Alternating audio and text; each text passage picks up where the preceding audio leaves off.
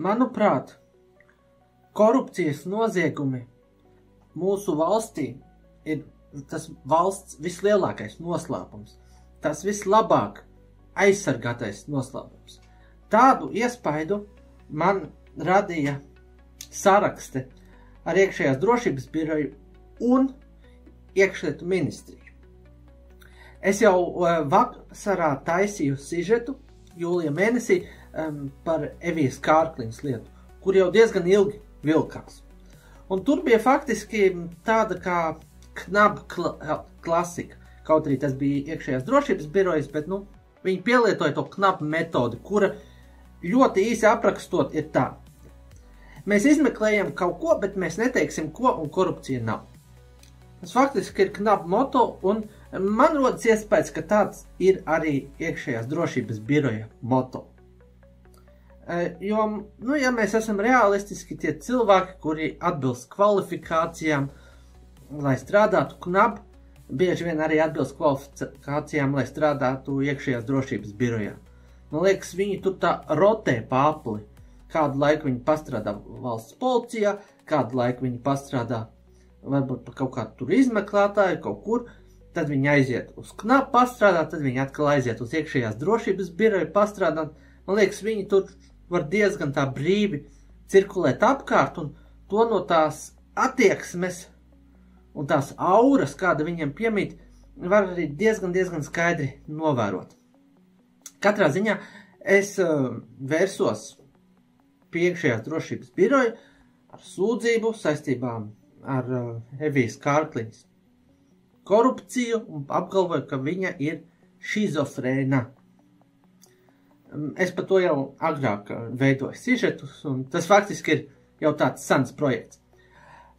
Iekšējās drošības birojas atbildēja, ka tur visi baigi slepens un nekādu informāciju es nedabūšu, un tā visa lieta ir izbeigta, un tas ir augstākais noslēpums. Faktiski tā idejiski viņi man mēģināja iesmērēt ideju, ka iekšējās drošības birojas ir kaut kāds tāds ļoti slepens veidojums, kas kaut kur katakombās zem Rīgas atrodas aiz tādām lielām dzelzs durvīm, kur aizslēgts, un tur iekšā, ja tu neesi kaut kādajā slepenajā ķildē, tad tur iekšā tu vispār nevar tikt, jā.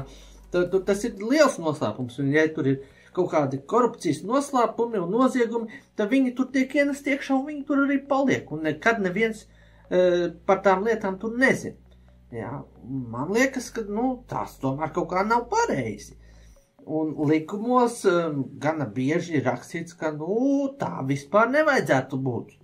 Nav nekur likumā ierakstīts tā, ka iekšējais drošības birojas ir kaut kāda slepena ģilda, kas zem Rīgas kaut kādās katakombās atrodas. Un arī nekur nav rakstīts, ka korupcija mūsu valstī ir visaugstākais un visaizstāvētākais valsts noslēpums. Bez maz vai rodas iespējas tāds, ka valstī ir, kā lai saka, vairāk līmeņu noslēpumi. Ir kaut kur 3. vietā šitie militārie noslēpumi, kaut kādi armijas plāni, kā aizstāvēties un tā, ja Krievs uzbruk. Tad 2. vietā ir kaut kādi varbūt ciplanētieši, cik viņi mums te Latvijā ir, pārāk daudz nav, kur viņi tur lidinās un tā. Un 1. vietā ir korupcijas schēmas.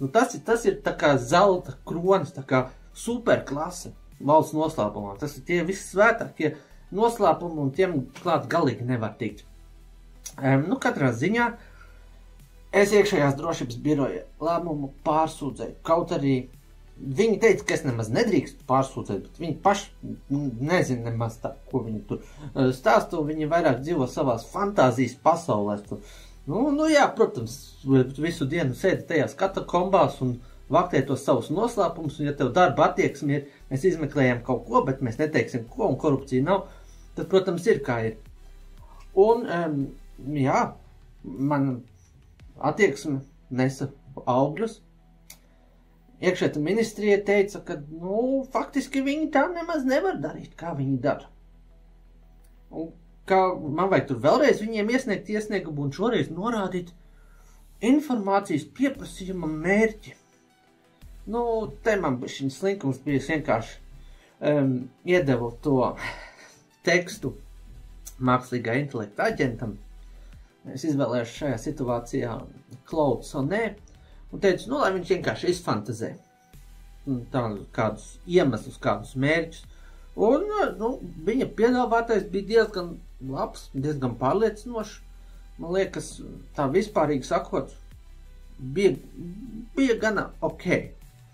Un tad es vienkārši to viņa sagatavoto iesniegumu, tā mākslīgā intelekta sagatavoto iesniegumu, mazliet pieslīpēju. Protams, vienmēr jāpaskatās, vai nav kaut kāds halucinācijas, vai kaut kas galīgi neaiziet, vai bišķiņ vajag pašiem pārskatīties. Tas aģents šādiem iesniegumiem ir tāds labs skolnieks, jā. Viņš centīgi var izdarīt lietas, kuras pašam man paņemtu diezgan laiku, bet reizēm ir kādas kļūdiņas, un, nu, kā skolotājiem vajag pārskatīties arī pāri laba skolnieka darbam, tā arī man vajag pārskatīties pāri tam iesniegumam. Nu jā, tad es viņu sagatavoju un aizsūtīju. Un vienkārši norādīju mērķus, ka, nu, kaut kā korupcija nenāk par labu valstī, un ka tur tiešām slikti lietas attīstījušās ir, un ka kaut kā, nu, nav kārtībā tas viņu neoficiālais moto, ka viņi izmeklē kaut ko un neteiks ko, un korupcija nav. Tas mani kaut kā neapmierina. Es jūtos vīlies no tā, un gribu kaut kādu vairāk informāciju. Galu galā viņa nav nekāda slapenā ģilde, bet gan valsts iestāde, un satversmē ir rakstīts, ka Latvijas suverēnā vara pieder Latvijas tautai.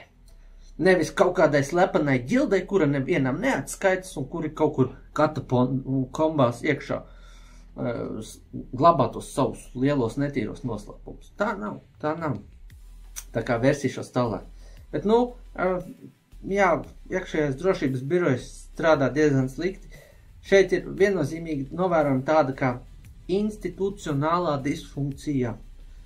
Viņi ar savu darba stilu, ar darba metodiku aktīvi stimulē korupciju visādās iekšlietu struktūrās. Jo iekšlietu struktūra darbinieki zina, ka tā ir tāda slepenā ģilde, kura pēc iespējas visas lietas mēģinās nožņaukt un klusi izbeigt. Tālūk.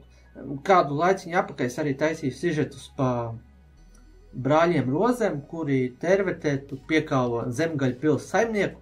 Toreiz valsts policijas priekšnieks bija Ints Čūsis. Viņš tur arī iznāca ārā, teica, oj, tā nevar, būs liela izmeklēšana, tas galīgi neiet krastā. Nu, pagāja gadi, viss tas klusi izčibēja, faktiski tas iet krastā. Visādas briesmīgas lietas tomēr tiek pat netik ļoti attaisnots, bet vienkārši iedzītas tajos birokrātijas kambaros un viņas izšķir. Par to nav atskaites, tur nav nekādi kontrols mehānismi un noziedzība tur iet uz urā. Ne jau pavelti kaut kādi noziedznieki, ja viņi grib, nezinu, kaut kādu mašīnu nospert vai kaut kādā mājā ielausties, tad viņi to dara pa nakti. Jo tad, kad ir maz redzamība, tad, kad citi to nevar redzēt, kā notiek noziegums, tad, protams, tā iespējamība, ka viņš veiksmīgi tiks īstenots, ir lielāka. Un tas pats arī attiecas uz slepenību saistībā ar iekšējās drošības biroju un ar knabu.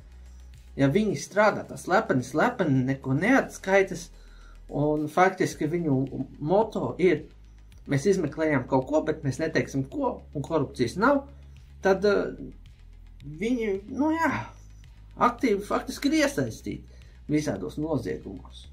Un tad tur kukuļa un visādas nekrietnības iet uz urā. Tā nav labi. Tā kā es tagad atkal rakstīšu tam iekšējās drošības birojam, vai tur beigās kaut kas iznāks, es nezinu. Bet es vismaz publiski dokumentēju, kā viņi strādā. Tur cilvēki liek virsū savus parakstus. Parāda, ka viņi tai visā lietā ir iesaistīti, un es spekulēju uz to, ka kaut kad nākotnē, varbūt pēc 5 gadiem, varbūt pēc 10, varbūt pēc 50 gadiem, situācija pamainīsies. Un šis princips, ka korupcija ir tāds zeltā vērtāts noslēpums, kuru vienmēr vajag piesekt, šis princips nepastāvēs mūžīgi. Tu varbūt valstī būs izmaiņas uz labo, un tad būs vienkārši publiski pierādījumi, būs dokumentācija par to, kā cilvēki ir iesaistījušies noziegumos, un kā viņi ir aktīvi bijuši daļa no noziedzīgiem grupējumiem un ir pieseguši visādas nosiegumus. Paldies, ka skatījāties!